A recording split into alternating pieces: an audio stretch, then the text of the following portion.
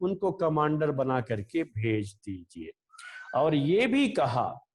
کہ ان میں سب سے آگے جو ہوں گے وہ القعقاع بن عمرو تمیمی، جن کو جو ہے مقدمۃ الجیش میں، یہ لشکر کا، فوج کا لشکر کا آگے کا جو حصہ ہوتا تھا اس کو مقدمۃ الجیش کہتے تھے۔ تو اس میں پھر الگ الگ حصوں کے کمانڈر ہوتے تھے، تو اس حصے کا کمانڈر کہا کہ قعقاع بن عمرو تمیمی کو بنایا جائے۔ اور قعقاع بن عمرو تمیمی قادسیہ کی جنگ میں بھی ان کا بڑا اہم کارنامہ تھا، مدائن کی فتح میں بڑا اہم کارنامہ تھا ان کا۔ پہلے جس میں اصل کسریٰ والوں کی طاقت جو ہے چکنا چور ہو گئی تھی، قادسیہ کی جنگ، اس جنگ میں بہت اہم رول ادا کیا تھا انہوں نے، بہت ہی امپورٹنس رول انہوں نے ادا کیا تھا قعقاع بن عمرو تمیمی نے۔ اس علاقے کی جانکاری ان کو بہت اچھی تھی، اور فارس والوں سے کیسے لڑنا چاہیے اس کی جانکاری ان کو بہت اچھی تھی۔ تو قعقاع بن عمرو تمیمی کو کہا کہ مقدمۃ الجیش میں رکھا جائے ان کو، اور جو میمنہ یعنی رائٹ سائڈ میں جو فوج کا حصہ ہوتا ہے اس میں کہا مسعر بن مالک کو رکھا جائے، اور جو لیفٹ سائڈ میں ہوتا ہے اس میں عمر بن مالک بن عتبہ کو رکھا جائے، اور پیچھے جو حصہ ہوتا ہے ان میں عمر بن مرہ جوہنی کو رکھا جائے۔ یہ سب جو ہے الگ الگ حصوں کے کمانڈر ہوں گے۔ اس طرح سے ہاشم بن عتبہ بن ابی وقاص یہ 12,000 کی فوج لے کر کے وہ جس جگہ پہ وہ لوگ اکٹھا تھے وہاں پر پہنچے، اور جا کر کے ان کا محاصرہ کر لیا۔ انہوں نے خندق پہلے ہی کھود لی تھی، خندق کھودی ہوئی ہے تو پار کر کے جا نہیں سکتے تھے، لیکن ان کا کیا کر لیا، وہیں جا کر کے انہوں نے پڑاؤ ڈال دیا خندق کے اس پار کہ اب ہم آپ کو یہاں سے باہر نکلنے بھی نہیں دیں گے۔ اس کو کہتے گھیراؤ کر لینا۔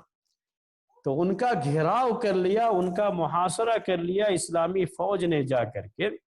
اور وہاں پر ایک بات جو ہے یہ ہوتی رہی کہ وہاں سے کچھ لوگ نکلتے تھے، کچھ لوگ ادھر سے جو ہے جاتے تھے، اور یہ مقابلے جو ہے یعنی چھٹ پٹ جھڑپیں جو ہے یہ ہوتی رہتی تھی، اور ان ساری جھڑپوں میں مسلمانوں نے ہی غلبہ پایا اور سارے اس میں وہی کامیاب ہوتے رہے۔ معاملہ یہ بڑا طول پکڑا جو ہے، اور اس طرح سے مدد کی بھی کافی ضرورت پڑی۔ تو سعد ابن ابی وقاص مختلف گھوڑ سواروں کو یعنی گھوڑے پر سوار لوگوں کو مدد کے لیے بھیجتے بھی رہے، یہاں تک کہ معاملہ جو ہے بہت لمبا ہو گیا۔ ان کا گھیراؤ کیے رہے، معاملہ لمبا ہو گیا، اور اللہ تبارک و تعالی کی طرف سے ہمیشہ اس طرح کے معاملے میں مدد بھی آتی رہی ہے۔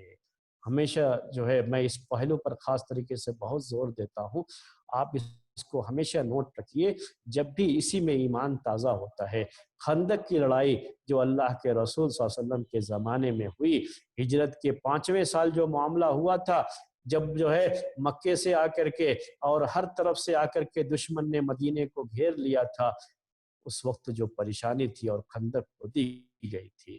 اللہ تعالیٰ نے اپنے رسول کی مدد فرمائی، اور ایسی تیز کی آندھی آئی تھی جس میں دشمن کے پاؤں اکھڑ گئے تھے، ان کو نقصان پہنچایا تھا۔ وہ اللہ تعالیٰ کی مدد، لیکن کافی محنت اور مشقت کے بعد ہی اللہ تعالیٰ کی مدد آتی ہے۔ ایسے ہاتھ پہ ہاتھ دھرے رہنے، بیٹھے رہنے سے جو ہے اللہ تعالیٰ کی مدد نہیں آتی ہے۔ پوری تاریخ ہم کو یہی بتاتی ہے۔ تو یہاں پر بھی ایسے ہی ہوا میرے بھائیوں، کافی لمبی مدت ہونے لگی گھیراؤ کیے ہوئے، کوئی جو ہے فیصلہ نہیں ہو پا رہا تھا۔ ادھر وہ لوگ خندق کے اندر ہیں اور یہ لوگ گھیراؤ کیے ہوئے ہیں مسلمان، بہت مشکل وقت گزر رہا تھا۔ تو ایک رات میں ایسا ہوا اس کے بعد کہ اللہ تعالیٰ نے مدد اپنی نازل فرمائی کہ تیز آندھی یہاں پر بھی آئی۔ اللہ تعالیٰ نے تیز آندھی بھیج دی، اور اس آندھی کے نتیجے میں ہوا یہ کہ بالکل اندھیرا ہو گیا، دن کا وقت تھا اور بالکل اندھیرا ہو گیا۔ تیز آندھی آئی اور بالکل اندھیرا ہو گیا، اور اس اندھیری حالت میں جو ان کے گھوڑے تھے، یعنی فارس والوں کے جو گھوڑے تھے، کچھ سجھائی نہیں دے رہا کدھر جانا ہے کیا ہے، اور جو ہے گھوڑے یہ ادھر ادھر بھاگنے میں ان کے گھوڑے اسی خندق میں بہت سارے گھوڑے جو ہے اسی خندق میں آ گئے۔ اللہ تعالیٰ کی طرف سے یہ مدد تھی۔ جب ان خندق کے اندر ان کے اپنے گھوڑے آ گئے تو اب خندق سے اس گھوڑوں کو تو ان کو خود نکالنا پڑے گا۔ اب جو یہ مٹی انہوں نے کھود کر کے اوپر اپنے یہاں ڈالی ہوئی تھی، اب اس کو جو ہے مٹی سے انہوں نے اس ایریے کو بہرحال ان کو پاٹنا پڑے گا تاکہ اپنے گھوڑے کو یہ نکال سکیں۔ مٹی ڈالیں گے، پاٹیں گے، تب جا کر کے جو ہے یہ ان تک جو ہے گھوڑوں کو نکالنا ان کے لیے آسان ہوگا۔ اب مجبوراً خود انہیں اپنی طرف کے حصے کو پاٹ کر کے اپنے گھوڑے کو نکالنا پڑا، اور اتنا ہی کافی تھا مسلمانوں کے لیے کہ جب یہ حصہ جو ہے پاٹا گیا، خندق کا یہ حصہ جو ہے کم ہو گیا، تو ان کے لیے آسان ہو گیا ان کے اوپر حملہ کرنے کا۔ اس کے بعد بہت سخت حملہ ہوا، بہت جو ہے سخت قسم کی لڑائی ہوئی فارس کی اس فوج کے ساتھ اور مسلمانوں کی اس فوج کے ساتھ۔ قادسیہ کی جنگ میں لیلۃ الحریر، ہم نے الگ الگ جو ہے دن اور رات کا بیان اس میں کیا تھا، لیلۃ الحریر میں جس سخت قسم کا جنگ کا سامنا کرنا پڑا تھا، اتنی ہی سخت قسم کی جنگ یہاں پر بھی مسلمانوں کو فارس والوں کے ساتھ لڑنی پڑی، اور اتنی سخت جنگ جس کی مدت تو بڑی لمبی نہیں رہی لیکن بہت ہی سخت قسم کی جنگ تھی۔ قعقاع بن عمرو تمیمی رضی اللہ تعالی عنہ، جو اس فوج کے اندر مقدمۃ الجیش میں جن کو رکھنے کے لیے عمر بن خطاب رضی اللہ تعالی عنہ نے ہدایت دی تھی، انہوں نے کیا کیا، اپنے کچھ ساتھیوں کو لے کر کے خندق کا جو دروازہ تھا، ان کے خندق کے لیے جو دروازہ تھا ان کے پاس، وہ وہاں تک پہنچ گئے، اور اس کے بعد وہاں پہنچ کر کے اعلان کر دیا، وہاں پہنچ کر کے بڑی جو ہے جگر گردے کی بات ہوتی ہے، یہ جو ہے بڑی بہادری کا یہ کارنامہ ہوتا ہے۔ یہ اعلان کر دیا کہ تمہارا امیر دیکھو اب جو ہے خندق کے اس راستے سے شہر میں داخل ہو رہا ہے، جس شہر کے جو ہے انہوں نے اطراف میں یہ خندق کھودی تھی، اس شہر میں دیکھو تمہارا امیر داخل ہو۔ لوگوں نے کیا سمجھا کہ امیر جو ہاشم بن عتبہ بن ابی وقاص ہے، یہ جو ہے اب اندر جا رہے ہیں تو ہم سب کو بھی اب اندر ہی جانا ہے۔ سب لوگ اسی دروازے کی طرف چل دیے، حالانکہ ابھی ہاشم ادھر نہیں گئے تھے، یہ قعقاع بن عمرو نے اپنے آپ کو مراد لیا تھا وہاں پر، چونکہ مقدمۃ الجیش کے امیر تو یہی تھے، تو انہوں نے اپنے کو مراد لیا تھا، اور اس طریقے سے سارے کے سارے لوگ جو ہے کہاں چلے گئے، اس دروازے سے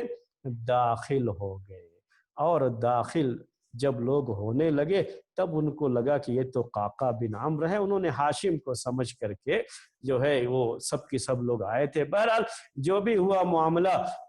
سب اندر داخل ہو گئے، اور جو یہ لڑائی ہوئی اس میں یہ دشمن کی فوج پوری طریقے سے شکست کھا گئی، اور وہ لوگ وہاں سے بھاگ کھڑے ہوئے، اور وہاں پر بھی کافی جو ہے مال جو تھا اور کافی مال غنیمت مسلمانوں کے ہاتھ میں آیا، اور یہاں اسی کے بعد سے جو ہے اس کو جلولہ کا نام دیا گیا اصل میں،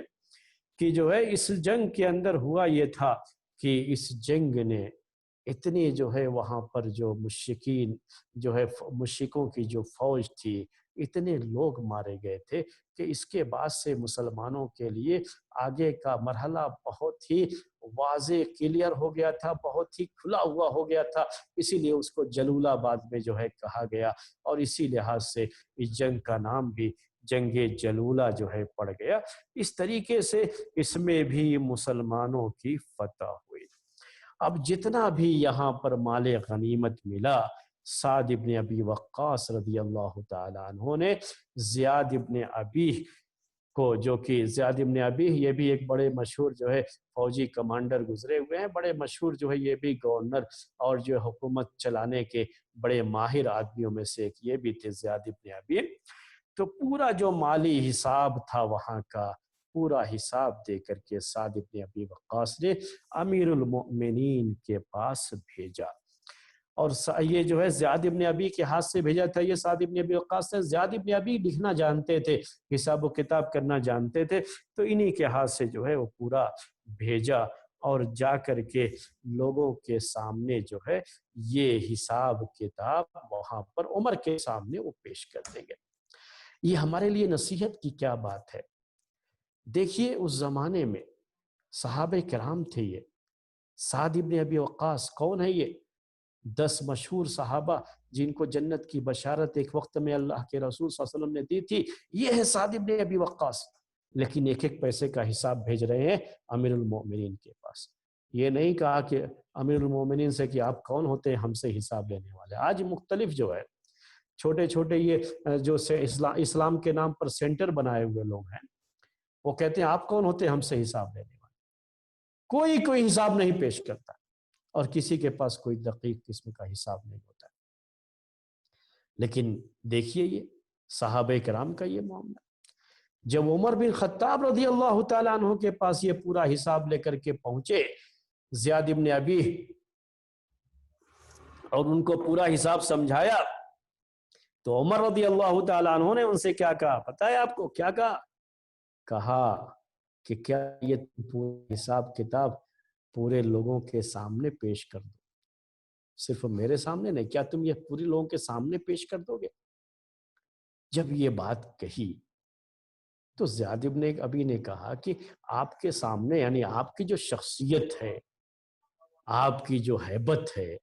آپ کے سامنے تھوڑا آدمی ڈر بھی سکتا ہے، اور لوگوں کے سامنے پیش کرنے میں مجھے کیا جو ہے مسئلہ پیش آئے گا۔ اس کے بعد جا کر کے انہوں نے کہا زیاد ابن ابی نے کہ میں تو لوگوں کے سامنے بہت اچھی طرح سے بڑی آسانی سے یہ سارا معاملہ پیش کر سکتا ہوں۔ بعد میں جو ہے عمر بن خطاب رضی اللہ تعالی عنہ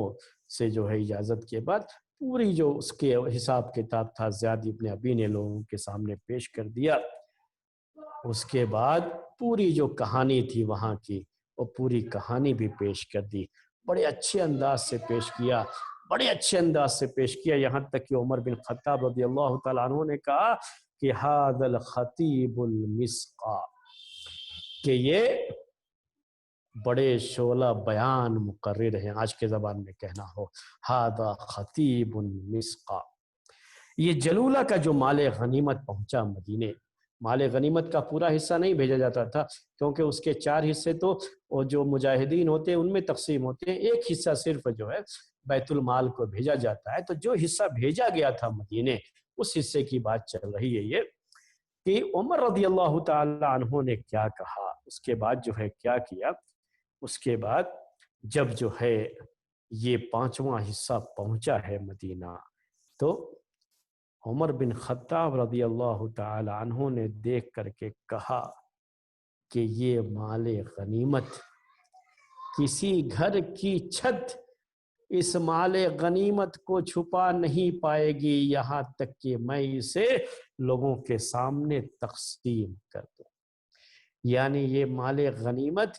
کہیں تجیریوں میں بند کرنے کے لیے نہیں ہے، خلیفہ اسے اپنا مال سمجھ کر کے اپنے گھر میں سمیٹنے والا نہیں ہے، بیت المال کی بند کوٹریوں میں اسے بند نہیں کیا جانے والا ہے، بلکہ یہ سارا کے سارا مال لوگوں میں تقسیم کر دیا جائے گا۔ اور چونکہ اب یہ مال پہنچا ہے، ابھی تقسیم کرنا ہے، تو یہ سارا کی سارا مال مسجد نبوی میں ہی اللہ کے رسول صلی اللہ علیہ وسلم کے زمانے سے یہی سسٹم چلا آ رہا تھا کہ بیت المال کا جو بھی مال ہوتا تھا وہ سب مسجد نبوی میں ہی آتا تھا۔ تو مسجد نبوی میں یہ تھا، اور عبد الرحمن بن عوف اور عبداللہ بن ارقم رضی اللہ تعالی عنہما، ان دونوں کو متعین کر دیا گیا کہ یہ مسجد کے صحن میں اس مال کی حفاظت کرتے رہیں گے۔ اس کے بعد صبح میں جو ہے عمر بن خطاب رضی اللہ تعالی عنہ نے جو ہے جب اس مال کو تقسیم کرنے کے لیے عمر بن خطاب رضی اللہ تعالی عنہ آئے، اور آ کر کے اس مال کے اوپر کپڑا ڈال دیا گیا تھا، ایک چادر ڈال دی گئی تھی، جب اس کو اٹھا کر کے عمر بن خطاب رضی اللہ تعالی عنہ نے دیکھا، یہی ہے نصیحت کی باتیں میرے بھائیوں، عبرت کی باتیں جس سے ہمارے ایمان میں اضافہ ہوتا ہے۔ عمر بن خطاب رضی اللہ تعالی عنہ نے جب چادر اٹھا کر کے اس مال غنیمت کو دیکھا تو کیا دیکھ رہے ہیں کہ یاقوت بڑا قیمتی پتھر ہوتا تھا، جو آپ ڈائمنڈ جانتے ہیں نا، ڈائمنڈ سے بھی کہیں زیادہ یہ قیمتی ہے۔ اسی طرح سے زبرجد یہ جو ہے بڑا قیمتی جو ہے جوہر ہوتا تھا۔ جب دیکھا اس میں یاقوت زبرجد یعنی اس کے ہیرے جواہرات آج کی زبان میں کہنا ہو، جب دیکھا اس مال غنیمت میں یہ سب چیزیں، اور فارس والوں کے پاس اس طرح کی چیزیں بہت زیادہ تھی اس زمانے میں، اور یہ سارے خزانے مسلمانوں کے ہاتھ میں آ گئے تھے۔ جب یہ ہیرے جواہرات دیکھے عمر رضی اللہ تعالی عنہ نے، ان کی آنکھ پڑی اس کے اوپر، تو راوی کہتے ہیں کہ عمر رضی اللہ تعالی عنہ کے آنکھوں میں آنسو آ گیا، رو پڑے ہو۔ یہ خوشی کے آنسو نہیں، یاد رکھیے گا، جیسے ہم لوگ سمجھتے ہیں خوش ہو گئے اتنا مال ملا اور خوش ہو کر کے آنکھوں میں آنسو، یہ خوشی کے آنسو نہیں، یہ یاد رکھیے گا۔ خوشی جیسے آج ہم کو تھوڑی سی دولت مل جاتی ہے تو ہم جیسے بہت خوش ہو جاتے ہیں اور اتنی خوشیاں مناتے ہیں، اتنی خوشیاں مناتے ہیں کہ پارٹی پر پارٹی ہوتی رہتی ہے، ایسا کچھ نہیں ہوا۔ یہ واقعی معنی میں آنسو تھے کہ عمر رضی اللہ تعالی عنہ کو اسے دیکھ کر کے رونا آ گیا۔ عبد الرحمن بن عوف، یہ بھی بڑے مشہور صحابی اور ان 10 صحابہ میں سے ایک ہے جن کو ایک ہی جن کو عشرہ مبشرہ کہا جاتا ہے، وہ تو موجود تھے، اس کی حفاظت کے لیے وہ تھے ہی۔ انہوں نے کہا ما یبکیک یا امیر المؤمنین، اے امیر المؤمنین آپ کو کس چیز نے رلا دیا ہے، کیوں آپ رو رہے ہیں، آپ کی آنکھوں میں یہ آنسو کیسے ہیں؟ فواللہ ان ھذا لموطن شکر، کہ اللہ کی قسم یہ تو شکر کی جگہ ہے، یہاں تو شکر اللہ تعالیٰ کا کرنا ہے کہ یہ اتنی بڑی دولت اللہ تعالیٰ نے اس دولت سے ہمیں نواز دیا ہے، یہ تو شکر کی جگہ ہے، آپ کی آنکھوں میں آنسو کیسے؟ یہ سوال تھا عبد الرحمن بن عوف کا اپنے ساتھی اور خلیفہ وقت عمر بن خطاب رضی اللہ تعالی عنہ سے۔ فقال عمر، تو عمر رضی اللہ تعالی عنہ نے کیا کہا؟ یہ بات جو ہے نوٹ کرنے کی ہے میرے بھائی۔ عمر رضی اللہ تعالی عنہ نے جواب میں کہا ان سے، واللہ ما ذاک یبکینی، عمر نے کہا کہ مجھے کیا چیز رلا رہی ہے عبد الرحمن بن عوف، میں اس چیز کو اب تمہارے سامنے بیان کر رہا ہوں۔ یقیناً یہ شکر کا مقام ہے کہ اللہ تعالیٰ نے ہمیں اس قوم پر فتح دی اور ان کا مال ہمارے قدموں میں ڈھیر ہے اس وقت، جس قوم کو اپنی طاقت کا بڑا غرور تھا، بڑا نشہ تھا، آج وہ قوم ہمارے قدموں میں پڑی ہوئی ہے اور اس کے جمع کیے گئے جواہرات ہمارے قدموں میں پڑے ہیں۔ یقیناً یہ شکر کا مقام تو ہے جو ہے عبد الرحمن، لیکن مجھے رونا کیوں آیا ہے اسے سنو۔ وہ کیا ہے، کیا کہا؟ انہوں نے کہا اللہ کی قسم، واللہ ما آت اللہ ھذا قوما الا تحاسدوا وتباغضوا، کہا کہ یہ چیز اللہ تعالیٰ نے کسی قوم کو نہیں دیا مگر یہ کہ وہ آپس میں حسد کرنے لگتے ہیں، ایک دوسرے کے دشمن بن جاتے ہیں، اور وہی یاد کر کے مجھے رونا آ گیا۔ آنکھوں میں آنسو کیوں آئے؟ یہ دولت کی جو ڈھیر ہے، یہ جو خزانے ہیں، یہ خزانے جب کسی قوم کے پاس آتے ہیں تو کیا ہو جاتا ہے؟ ان کے درمیان حسد پیدا ہو جاتا ہے، اور حسد کے نتیجے میں وہ ایک دوسرے کی جان کے دشمن ہو جاتے ہیں، اور جہاں یہ مسلمان قوم آپس میں ایک دوسرے کے دشمن ہو گئے تو یہ آپس میں لڑنا شروع کر دیں گے۔ یہ عمر بن خطاب رضی اللہ تعالی عنہ نے کہا، اور کیا کہا؟ وَلَا تَحَاسَدُوا إِلَّا أَلْقَى بَأْسَهُمْ بَيْنَهُمْ، اور جب بھی جو ہے کوئی قوم حسد کرنا شروع کر لیتی ہے آپس میں، تو اس کے بعد اللہ تعالیٰ ان کی لڑائی ان کے درمیان ہی کر دیتا ہے۔ عمر بن خطاب رضی اللہ تعالی عنہ کی یہ بات جو ابھی ہم نے پیش کی آپ کے سامنے، یہ ذہن میں رکھیے میرے بھائیوں، اور ساتھ میں آج ہم مسلمانوں کا حال دیکھیے، مسلم قوم کا حال دیکھیے، مسلم حکومتوں کا حال دیکھیے، تو آپ کو بالکل جو ہے وہ بات جو عمر بن خطاب رضی اللہ تعالیٰ عنہ نے کہی اور جس کی وجہ سے ان کی آنکھوں میں آنسو آئے، کیسے یہ چیزیں آج ہماری آنکھوں کے سامنے موجود ہیں کہ یہ مسلم حکومتیں تھوڑی چھوٹی چھوٹی ٹکڑیوں میں بٹ کر کے کیسے ایک دوسرے کے خلاف نبرد آزما ہیں، ایک دوسرے کے خلاف جو ہے لڑ رہی ہیں اور اپنی طاقت کو اپنے درمیان کس طرح سے ضائع کر رہی ہیں۔ وجہ کیا ہے؟ دنیا کی یہ دولت ہے جو ان کے قدموں میں ہے، اسی دولت کے نتیجے میں، اسی کے نشے میں یہ اپنے دین کو بھول گئے، اپنے ایمان کو بھول گئے، امت مسلمہ کے مسائل کو بھول گئے، ساری چیزیں بھول کر کے ان کو اگر کوئی فکر ہے تو صرف اور صرف اپنی انا کی، اور جو ان کے اندر جو آج کے زمانے کے لحاظ سے کہنا ہو تو کہتے ہیں کہ جو ایگو ہے، اس ایگو کو، اسی کے لیے جو ہے یہ آپس میں لڑ رہے ہیں، مر مٹ رہے ہیں، ایک دوسرے سے جو حسد ہے اسی حسد کے نتیجے میں ایک دوسرے کے خلاف ان کی جو ہے زبانیں چلتی ہیں اور جو ہے ایک دوسرے کے خلاف لڑائی کا جو ہے محاذ بنا رکھا ہے۔ یہ ساری چیزیں یہی ہیں میرے بھائی، یہی معاملہ ہے یہ،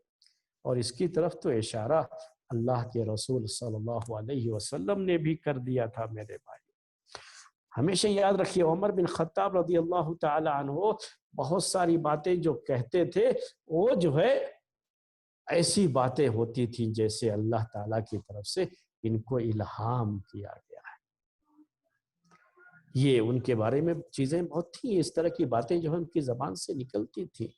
یہ بالکل اسی طرح کی بات اللہ کے رسول صلی اللہ علیہ وسلم نے کہی تھی جب موقع آیا تھا،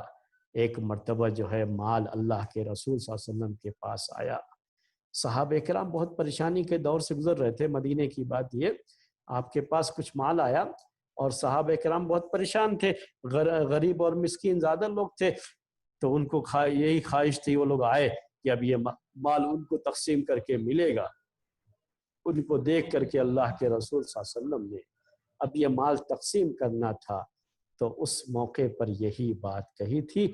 کیا بات کہی تھی؟ کہا تھا اللہ کے رسول صلی اللہ علیہ وسلم نے فواللہ ما الفقر اخشى علیہ، اللہ کی قسم میں فقر و محتاجگی کا تمہارے اوپر مجھے کوئی ڈر نہیں ہے، فقیری اور محتاجگی کا کوئی ڈر نہیں ہے مجھے تمہارے لیے، میری امت کتنی بھی فقیر اور محتاج ہو کوئی مسئلہ نہیں، لیکن اگر مجھے ڈر ہے تو کس بات کا ہے؟ کس بات کا ڈر ہے؟ کہ کہیں اللہ تبارک و تعالی تمہارے لیے نعمتوں کے، رزق کے دہانے کھول دے اور رزق کی بارش تمہارے اوپر ایسے ہونے لگے کہ بے شمار دولت آ رہی ہے۔ جب دولت کے یہ خزانے تمہارے اوپر جو ہے اللہ تعالیٰ لٹانے لگے تو ڈر مجھے یہ ہے کہ تم بھی اس میں ایک دوسرے سے آگے بڑھنے اور ایک دوسرے سے حسد کرنے لگو گے، اور یہ چیز تم کو بھی ویسے ہی ہلاک کر دے گی جیسے پچھلے لوگوں کو اس چیز نے ہلاک کیا ہے۔ اور بالکل جو ہے اسی طرح کی بات تقریباً عمر رضی اللہ تعالی عنہ کی اس قول میں بھی موجود ہے، اور اس کا خلاصہ میرے بھائیوں یہی ہے کہ ان کے دلوں میں ایمان تھا، تو ایسی چیزیں دیکھ کر کے ان کو رونا آ جاتا تھا کہ کہیں یہ چیز امت میں افتراق اور انتشار کا سبب نہ بن جائے، آج ہمیں اسے دیکھ کر خوشی ہوتی ہے۔ تو یہ اس جنگ کی پوری بات تھی میرے بھائیوں، پورا خلاصہ تھا۔ اب آگے انشاءاللہ آئندہ ہفتے مزید جو ہے ایک جنگ کا ذکر آپ کے سامنے آئے گا، بڑے جو ہے جو اس میں اہم نصیحتیں ہم سب کے لیے ہیں، انشاءاللہ نصیحت اور بیان بھی، اس پیغام کو بھی آپ کے سامنے واضح کیا جائے گا۔ آج کا درس، یہ تاریخ کا درس یہیں پر ختم کرتے ہیں، اور اب ہمارا درس عربی کی ہماری کلاس شروع ہوگی، جو بھی اس میں جو ہے شریک ہوتے ہیں وہ شرکت کریں۔ عربی کی کلاس ہماری شروع ہونے والی ہے۔